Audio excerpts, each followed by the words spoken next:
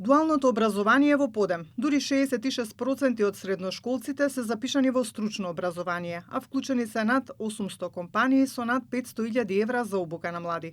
Ова е доказ дека учениците ја препознаваат предноста да влезат на пазарот на труд и да се стекнат со практични знаења за конкурентни работни места. Ова измена е согласно со европското разбирање на стручното образование не само како одговор на недостиг на вештини на пазарот на трудот и несовпагање на вештините, туку и како двигател на социјалната инклузија, дигиталната трансформација, територијалната кохезија. Како следен чекор, реформата ќе се прошири во високото образование преку нови законски измени кои ќе овозможат практична настава под менторство на стручни лица од реалниот сектор.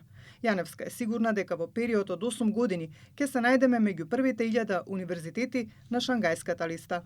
Доколку сакаат да имаат било каква кариера, особено помладите, ќе мора да се потрудат да постигнат критериуми за ментори, ќе треба да пријавуваат проекти и домашни и меѓународни, ќе треба да учествуваат, ќе треба да аплицираат за најголемите можни проекти во Европската Унија. Заедничка цел на МОНИ бизнис заедницата е директно решавање на младинската невработеност и недостигот на вештини, како изголемување на конкурентноста на локалните компании.